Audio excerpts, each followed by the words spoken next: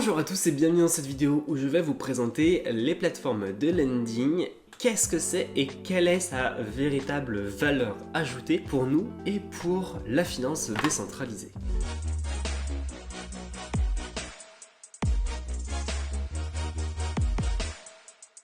Alors, comme vous avez pu le comprendre, le lending est tout simplement des prêts.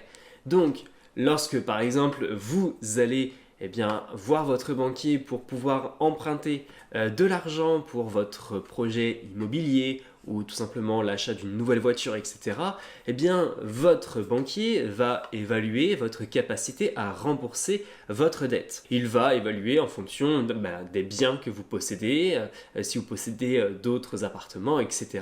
Et ensuite, il va évaluer combien vous pourrez emprunter au maximum, et puis pour pouvoir ensuite rembourser sur une certaine période. Dans la finance décentralisée, nous n'avons pas de banquier, tout cela va être régi par des contrats intelligents. Alors l'avantage, c'est que on peut dicter notre propre prêt, et ça sur une période indéfinie comme bon nous semble. Dans les prêts de la finance décentralisée, nous allons avoir un inconvénient assez majeur, ça va être les collatéraux. Alors qu'est-ce que c'est? C'est tout simplement un dépôt que nous allons devoir réaliser sur la plateforme pour qu'elle puisse utiliser ce dépôt pour pouvoir rembourser notre dette si on arrive à un ratio un peu trop important dette. Ce qui veut dire que si, imaginons, je dépose 100 000 $ sur le protocole qui est juste derrière moi, AAVE, qui est l'un des plus gros protocoles dans la finance décentralisée pour pouvoir prêter et emprunter de l'argent, j'emprunte 100 000 $.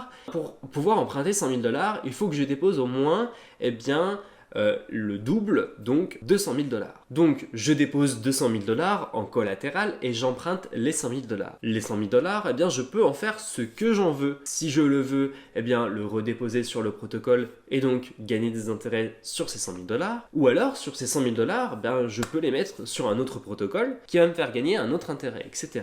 À partir du moment où mon ratio dette collatérale reste à l'équilibre, ce qui veut dire que mon collatéral sera toujours plus important que ma dette, ça s'égalise, ça peut s'éterniser sur une durée indéterminée. Par contre, si ma dette viendrait être plus importante que mon collatéral, s'il dépasse un certain ratio que la plateforme aura bien évidemment au préalable déterminé, la plateforme va utiliser votre dépôt initial, donc moi dans mon cas, c'est les 200 000. Il va les réutiliser pour rembourser ma dette. La différence sera payée soit sur la plateforme, soit par les personnes qui ont réalisé cette action. L'avantage au final, c'est de pouvoir emprunter de l'argent qui n'est pas à nous, garder cet argent et en faire ce que l'on veut. Et donc on va gagner des intérêts sur de l'argent qui ne nous appartient pas. Comment ça va se passer au final dans notre portefeuille? Si on reprend mon cas des 200 000 $, mon dépôt va se transformer par exemple sur cette plateforme en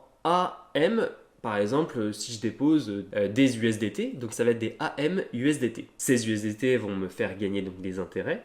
Ce qui est intéressant, c'est que le prêt n'est pas fixe. Si je veux, je peux retirer une certaine quantité dans mon collatéral. Par contre, mon ratio va forcément évoluer. Ou alors, je peux tout simplement rajouter de la liquidité si au cas où mon ratio collatéral dette viendrait à augmenter et arriver à cette limite, je peux redéposer de la liquidité, redescendre ce ratio avant qu'il arrive à la limite. Bon, maintenant, passons à un cas concret sur Instadapp, qui est aussi une plateforme de prêt et que je trouve hyper intéressant. Elle possède d'un mode simulation, donc je peux utiliser de l'argent fictif. Allez, on y va, c'est parti. Donc on se retrouve sur mon ordinateur où je vais donc vous montrer comment ça va se passer. Donc là je suis sur l'application Instadapp qui va interagir avec le protocole AAVE. Alors l'avantage d'Instadapp, c'est que du coup ils vont nous permettre de mieux comprendre nos prêts et on va pouvoir les paramétrer avec différentes stratégies. Et ce qui est intéressant, c'est qu'on ne va pas directement interagir avec notre portefeuille, mais on va passer par un contrat intelligent qui va posséder notre argent. Donc là, je vais essayer le mode simulation. Donc là, j'accepte et donc je vais créer un faux portefeuille. Donc là, ensuite, dans mon faux portefeuille, j'ai donc 100 000 Matic que je vais donc pouvoir réaliser une stratégie. Donc je vais dans stratégie et je vais dans Deposit on Borrow. Là, je vais donc sélectionner mon collatéral et donc je vais sélectionner des Matic. Et je veux, soit je peux emprunter du DAI, Ou alors, je peux emprunter de l'Ethereum, du Bitcoin, etc. Je vais emprunter du dollar américain, de l'USDT. Donc là, imaginons que là, les 100 000 Matic, ça correspond à environ 146 000 dollars. Bien, je vais emprunter par exemple 50 000 dollars. On arrive à un ratio de 34%, sachant que le ratio maximum, c'est 65%. Donc, je suis safe. Par contre, faites attention, si le prix du Matic diminue, eh bien ce ratio va augmenter, parce que du coup, votre dette va prendre plus de poids par rapport à votre collatéral.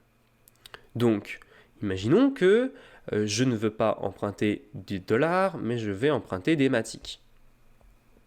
Donc là, vu que j'emprunte 50 000 Matic, eh bien, mon ratio va passer à 50%. Forcément, c'est tout à fait normal. Donc, je vais bien déposer et emprunter.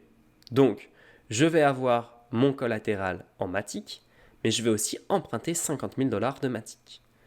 On est d'accord que ça, ce sont des Matic qui ne m'appartiennent pas. Et ça, c'est vraiment à prendre en considération. Et on peut voir mes 50 000 Matic qui ont été déposés sur mon portefeuille.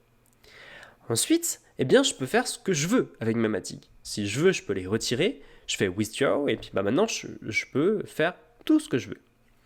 Alors, à faire attention, c'est que ici, pour la compréhension vite fait de un startup, on est à 1,45 $, et si le Matic atteint les 1,04, il liquide mon collatéral pour rembourser ma dette. Et donc en plus, après, j'aurai plus rien. On peut voir donc que j'ai moins 2,34%, ce qui veut dire que eh bien, mon dépôt ici me fait gagner 0,79%, mon collatéral, mais ma dette me fait perdre 3,92%. Imaginons maintenant que je veuille retirer, là il va me dire, vous ne pouvez pas retirer 50 000 Matic parce que par rapport à votre dette, eh bien, votre position va être totalement liquidée. Donc je ne peux absolument pas retirer 50 000 Matic. Par contre, je peux retirer 5000 Matic de mon dépôt et ça va me faire augmenter mon ratio à 52%. Et si je veux, je peux retirer 10 000, on arrive à 55%. Et si je mets 25 000, on arrive à 66%. On est au-delà du 65%, mais on arrive à côté de la liquidation. Donc là, j'ai retiré 28 000 Matic. Par contre, on peut voir que là, je vais me faire liquider. Parce que mon ratio vient d'être arrivé. Je suis à 69,93% sur un maximum de 70%. Et là, je vais me faire totalement liquider. Bon voilà les amis, si vous souhaitez une vidéo spécialement dédiée sur AAVE, lâchez-vous dans les commentaires de cette vidéo. Je vous remercie. Vous retrouverez en description de cette vidéo les ressources et mes différents liens de mes réseaux sociaux et du contenu totalement gratuit. N'hésitez pas à vous abonner à la chaîne, à la partager. N'hésitez pas à vous lâcher dans les commentaires de cette vidéo si vous n'avez pas forcément compris quelque chose. Je vous remercie, c'était Jim Decrypt pour les prêts et on se retrouve à la prochaine dans une autre vidéo. Ciao ciao!